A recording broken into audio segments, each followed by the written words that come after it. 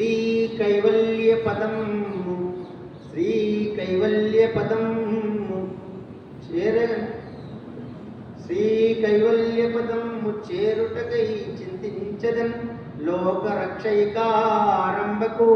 భక్త పాలన కళా సంరంభకు దానోద్రేకస్తంభకు కేలీలోల విలసతృప్జాల నానా కంజాత భవాండ కుంభకు మహానందాంగనాడింబకు శ్రీ కైవల్య పదంబు చేరుటకునై చింతించదని అన్నాడు. ఓ పోతన, ఈ రామాయణాన్ని ఎందుకు రాస్తావయ్యా?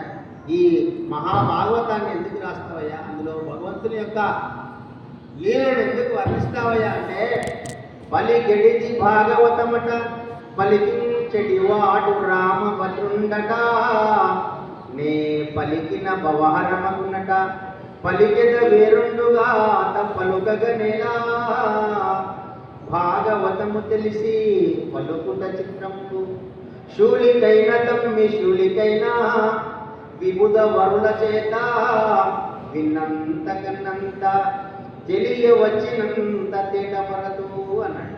పోతనగానే భగవంతుని యొక్క లీలలను చెప్పడం కానీ, భగవంతుని యొక్క కథ చెప్పడం కానీ, భగవంతుని గురించి 4 మాటలు చెప్పాలన్నా బ్రహ్మదేవుడికే శక్యం కాలేదే, నాకేమవుతుంది? ఆ రాముడు చెప్పమన్నాడు కనుక ఆ రాముడు ప్రత్యక్షమయ్యి, ఓ పోతనా నీవు రామకథని చెప్పయ్యా, నువ్వు భాగవతాన్ని రాయవయ్యా, నీ జీవితము ధన్యమైపోతా అన్నందుకే శ్రీ కైవల్య పదంబు. శ్రీ కైవల్య పదం అంటే ముక్తి. ఆ ముక్తి దొరకడం కోసమే శ్రీ కైవల్య పదంబు చేరుటకునై చింతించదన్ లోకరక్షైకారంభకు. మరి ఎవరు ఆయన? లోకాన్ని రక్షించాలి అనే ఆతృతపడుతున్నటువంటి వ్యక్తి. నిరంతరంగా నా భక్తులను నేను పాలించాలి, నా భక్తులను నేను మరి క్షేమంగా చూడాలి, నా భక్తులకు మోక్షం ఇవ్వాలి, నా భక్తులకు కష్టంగా చూడాలి అని ఆతృతపడుతున్నటువంటి వాడు అతడు. శ్రీ కైవల్య పదంబు చేరుటకునై చింతించదన్ లోకరక్షైకారంభకు దానోద్రేక స్తంభకు. ఎవరి దగ్గరైతే రాక్షస గుణాలు ఉంటాయో, ఎవరి దగ్గరైతే చెడు భావాలు ఉంటాయో, ఎవరి దగ్గరైతే దుష్ట లక్షణాలు ఉంటాయో వాటన్నిటినీ మెల్లమెల్లగా కడిగి పారేయడం కోసం, ఆ రాక్షస గుణాలను నాశనం చేయడం కోసం ఏ భగవంతుడైతే చూస్తాడో, ఎవరైతే చూస్తారో వారి కోసం నేను ప్రార్థిస్తాను, వారి జీవిత చరిత్ర చదువుతాను, వారి పాదాలను సేవిస్తాను అని ఆనాడు పోతన భాగవతంలో తను మొట్టమొదటిగా చెప్పినటువంటి పద్యం.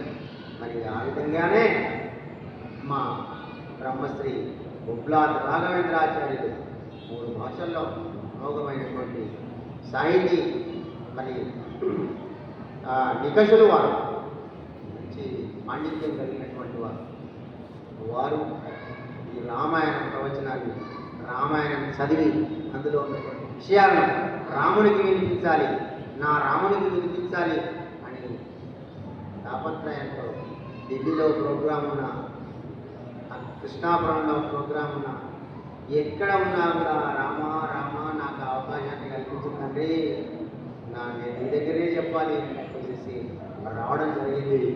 మరి ఈరోజు వరకు మెల్లమెల్లగా రామ కథామృతాన్ని కోరుతూ సుందరకాండలోకి రావడం జరిగింది. ఆ లంకా నగరంలో సీతా జాడ కోసం మారుతి ఆ హనుమంతుడు పడ్డటువంటి వ్యయ ప్రయాసాలను తన వాణిలో తనకు తెలిసినటువంటి విషయాలను, తాను చదువుకున్నటువంటి అంశాలను, తాను రాసుకున్నటువంటి పుస్తకంలోని పద్యాలను, మల్లెమాల రామాయణం విషయాలను కూలంకిషంగా ఒక్కొక్కటిగా వివరిస్తూ ఉన్నారు. వారికి ఈ మధ్యనే రాముడు లేకపోతే తాను ఈ నేలపైన ఉండేవాడు కాదు, రాముని నమ్ముకున్నటువంటి వాడు, స్వామి నీకోసం ఏకవస్త్రాన్ని ధరిస్తాను, నీకోసం ఏకముక్తంగా జీవిస్తాను, నీవు లేకుండే నేను భూమిపైన నీవు కనిపించకపోతే నేను ఉండను అని చెప్పేసి వేడుకున్నటువంటి రాఘవేంద్రాచార్యులు మరణంతో పోరాడి మరి ఆ యమునితో సావాసం చేసి మళ్ళీ వచ్చాడు. స్టంట్లు పడ్డాయి, షుగర్ పెరిగి కళ్ళు కనిపించడం లేదు, అయినా నేను వినిపిస్తానంటున్నాడు. పాపం తాను చదవడంలో ఇబ్బంది పడుతూ ఉంటే నేను తోడుగా ఈ పద్యాలు వినిపిస్తూ ఉన్నాను. కానీ మనకు ఉన్నటువంటి ఆ రాముడి పైన ఉన్నటువంటి ప్రేమ అమోఘమైనటువంటిది. వారికి ఆ భగవంతుడే కాపాడుతూ ఉన్నాడు. ఇంకా కూడా వారి వారి ప్రేమ, వారి భక్తి సమాజంలో పురోహితుడుగా ఉంటూ వాళ్ళు చేస్తున్నటువంటి సంఘసేవ అనిర్వచనీయమైనటువంటిది. దాన్ని మనం వర్ణించలేం, మాటల్లో చెప్పలేం. అని వారికి ఉడతా భక్తిగా ఇంకా కొన్ని పద్యాలు నేను వినిపిస్తాను అని వారు వివరిస్తారు.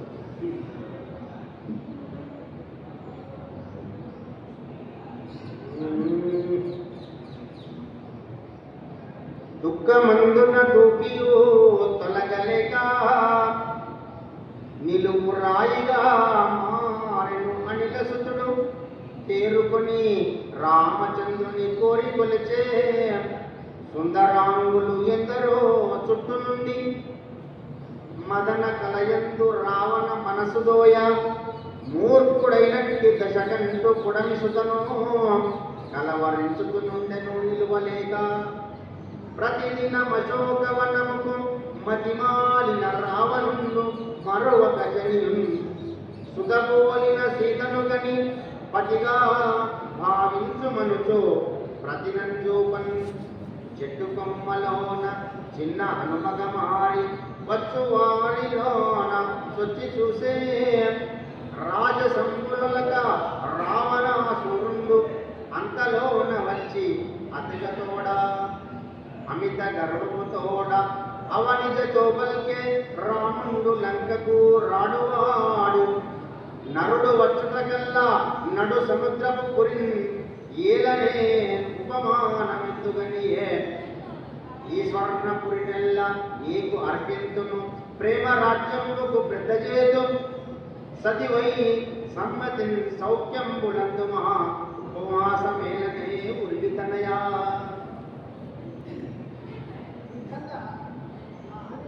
వారు మొట్టమొదటిసారిగా ఆ శిశుపాలు వృక్షం కింద అరుగు పైన సీతమ్మ వారిని చూసినాడు. చూడగానే అది తెల్లవారుజాము 3వ జాము నడుస్తూ ఉన్నది. 3వ జాములో ఆ రావణాసురుడు ఇంటి వద్ద మరి సర్వాంగ సుందరంగా తయారై 100 మంది భార్యలతో అశోకవనానికి వచ్చినాడట. వచ్చి సీతమ్మ వారి చూసి ఈ విధంగా అంటా ఉన్నాడు. మరి సుందరకాండలో మనకు అద్భుతంగా ఎంఎస్ రామారావు గారు చెప్తారు. ఒక సంఘటన, సీతమ్మ వారు అలా కూర్చుంది, రావణాసురుడు గారిని బాధ పెడతా ఉన్నాడు. రాముడు వచ్చుట నిన్ను చూచుట, రాముడు అడవిలో ఉన్నాడు, సముద్రాన్ని లంఘించి రావాలి లేదా సముద్రంపై నడిచి రావాలా, ఎట్లా రావాలా, మన ఇద్దరి మధ్య సముద్రం అడ్డంగా ఉంది. రాముడు నరుడు కదా, ఇక్కడి దాకా ఎలా వస్తాడు, ఆయన ఎక్కడిని అడవుల్లో ఆకులాలను మరణించినాడు, వచ్చేటటువంటి వాడు మానవుడు, నేను ఈ యొక్క ముల్లోకాన్ని వెళ్ళేటువంటి వారిని, అందరినీ సంబంధించినటువంటి వారిని, ఒక మానవునికి ఇది సాధ్యమా? రాముడు వచ్చుట నిన్ను చూచుట కలలోని మాట్లాడినాడట. అంటే సీతమ్మ వారి రాముడు వచ్చుట నిన్ను చంపుట ఇడలోని మాట, నా రాముడు తప్పకుండా వస్తాడు అని ఆ సీతమ్మ వారు బదులు చెప్తా ఉంది. ఆయన ఎన్నో రకాలుగా ఆమెను హింసిస్తూ ఉన్నాడు, రకరకాలుగా బాధ పెడతా ఉన్నాడు, అక్కడ రాక్షస వరకు పురుగులుతా ఉన్నాడు. సీత మనసు మార్చుకుంటున్నాడు. తెల్లవారుజామున 3ంటికి లేవడం, ఇక్కడికి రావడం, సీతమ్మ వారిని ఇబ్బంది పెట్టడం, ఇదే నిత్యకృతం అయిపోయింది. ఆ 100 మంది భార్యలు ఉన్న కూడా సీతమ్మ వారిని హింసిస్తూ ఉన్నాడు. ఆ రాక్షస వారితో చెప్తా ఉన్నాడు, సీతను ఎక్కడైనా ఒప్పించుడని, వేడితో భక్షించుడని చెప్పి వెళ్తా ఉన్నాడు. ఈ విధంగా సీతమ్మ వారిని ఇబ్బంది పెట్టే సందర్భాన్ని ఇక్కడ మనకు ఈ యొక్క రామాయణం అద్భుతంగా చెప్తా ఉన్నారు మనకు అవధాని గారు. అంతలోపల జానకి ఆత్మభక్తుల మండగా ఎంత రాణి రామచంద్రునికేమి పోలిక చూడగా చింత గింజకు మేరు శైలము చెంత పోలిక నుండునా అంతలేనియు శౌర్య సంపద ఆత్మరాముడు కలిగిరా కోపమెరుగని రాముడు కుమితుడైనా కన్ను నెర్రగ చేసిన క్షణములోన కాన రావయ్య రావణ గర్వమేలా సోమ కుంజర భేదము దోసు నాకు. అద్భుతంగా వర్ణించినాడు ఇక్కడ గారు. చింతగింజకు శిఖరానికి తేడా ఉంటుందా? చింతగింజతో వచ్చింది అమ్మవారు వారిని. చింతగింజ ఎత్తున శిఖరం ఎంత పెద్దగా ఉంటుంది, పర్వత శిఖరం. దోమ కుంజరం, కుంజర యుధము దోమ కుంజకు తెచ్చండి. ఏనికి దోమకి తేడా ఉందా? ఈ విధంగా ఉపమానాలతో, ఉపమేయాలతో, అలంకారాలతో, అత్యానుప్రాసంతో, చేకానుప్రాసంతో, సిద్ధాలంకారాలతో అద్భుతంగా కోరికలు చేస్తూ అద్భుతమైన వర్ణన చేసినారు ఇక్కడ కవి గారు, మా ఆధార్ గారు. ఈ యొక్క శ్రీమద్ రామాయణం మనం కూడా రాసుకున్నాం. ఈ మల్లెమాల రామాయణంతో పోలుస్తూ అదే వర్ణంలో అదే శైలిలో రాయడం జరిగింది. దాన్ని కూడా మనం అనతికాలంలో ఆవిష్కరించుకుంటాము హైదరాబాద్ నగరంలో. ఈ విధంగా ఇది మన శ్రీమద్ రాఘవేంద్ర రామాయణం. ఈ రామాయణంలో కూడా ఎన్నో వర్ణనలు ఉన్నాయి. మరి సులభశీలో నడుస్తూ ఉంది. ఈ విధంగా సీతమ్మ వారిని హింసించే విధంగా రావణుడు వంగితే ఇలా మరి ఉపమానాలతో చెప్పినాడో చూసినాం మనం. ఈ వర్ణన అద్భుతంగా ఉంది. చిత్తగిరితో పోల్చినాడు రావణాసురుడిని, దోమతో పోల్చినాడు. మరి కుంజర ఈ విధంగా దోమ కొత్తకు తెచ్చిన విధంగా ఉపమానాన్ని ఆయన ఇక్కడ వాడటం జరిగింది. ఈ విధంగా సీతమ్మ వారిని ఎంత హింసించినా ఆమె యొక్క మనస్థైర్యానికి అందరూ కూడా మరి ఎక్కడో లంక మరి ఆ దీపంలో ఉంది. అక్కడ ఏకాకి అయి కేవలం రాముడి యొక్క నమ్ముకొని రామచంద్రమూర్తి యొక్క దర్శన భాగ్యం కోసం 9 నెలలు ఆరాట పెడతా ఉంది. ఇక్కడ ఆంజనేయ స్వామి వారు అదే చెట్టుపైన వీక్షిస్తూ ఉన్నారు. ఎప్పుడు రావణుడు వెళ్ళిపోతాడా, ఎప్పుడు సీతమ్మ వారిని చూస్తానా, ఎప్పుడు ఈ అమృతాన్ని ఇస్తానా, అమ్మవారి దర్శనం చేసుకుంటాను ఆతృత పడతా ఉన్నాడ ఆంజనేయ స్వామి. కోసలాధీశుని కోరికల్ నెరవేర యజ్ఞ ఫలమున అవతరించే నూనూపు మీసాల నూత్న యవనమందు తాటకింజంపిన ధైర్యశాలి శివుని విల్లుని ఎత్తి సీతను నను చేత పట్టిన తీరుండు పావనుండు తన తండ్రి ఆజ్ఞతో తమ్ముడి కోసమై రాజ్యమునిచ్చిన రామరాజు అడవి ఎందున నుండి అసురగణము పీచ మడిచెను 14 వేలపైన మూర్ఖుడా నీవు నాపతిని మోసపుచ్చి తెచ్చి దాటుత నీదొక్క ధీరతనమా పతియే దైవముగా కొలుచు సతిని నేను సతియ సర్వము అనిపించు స్వామివారు మమ్ము విడగొట్టినట్టి పాపము నిన్ను కాల పాశమై వెంటాడి కాల్చు నిన్ను ఈలంకా పురికూలినన్ తనయుల్ నీ బంధువుల్ మిత్రులన్ మేలున్ గోరెటి మంత్రులన్ ప్రజల్ నీ మేలు నెంతు నీవామలం కాలుండక్కడు వచ్చి నిలిచి పదరా గర్వాంధవు రావణ చాలికయంచు ప్రాణముల్గునన్ సాగెవ్వరుండ్రారురా దాశరథి పాద పద్మాల దరికి చేరి శరణు వేడియు తప్పును స్మరణ చేసి నన్ను అర్పించు లంకను నిన్ను మరియు సకల జనమును కాపాడి సంతసించు. ఇప్పుడు ఆ రావణాసుడు చెప్తావు సీతమ్మ వారు, పిచ్చివాడా నా రాముడంటే ఎవడనుకుంటున్నావురా? 13 ఏళ్ల వయస్సులో, కేవలం 13 ఏళ్ల వయస్సులో, 100 మీసాల వయస్సులో ఆ తాటకిని హతమార్చినాడు. మారీచి స్వభావం అనుకున్నాడు, స్వభావాన్ని సంహరించినాడు. మారీచుని మానవాస్త్రంతో పడితే వాడు వచ్చి యొక్క సముద్ర గర్భంలో పడితే మొన్ననే మరి నీవు ఒక ఎత్తివేషం వేసుకొని వచ్చినప్పుడు వాడిని సంహరించినాడు మారీచుని.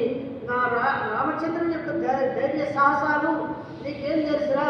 14,000 మంది కరదూషణాదులు మరి ఒక్కటే వచ్చి 1 గంట 32 నిమిషాల్లో, ముహూర్త కాలంలో 1 గంట 15 నిమిషాల్లో సంహరించినాడు.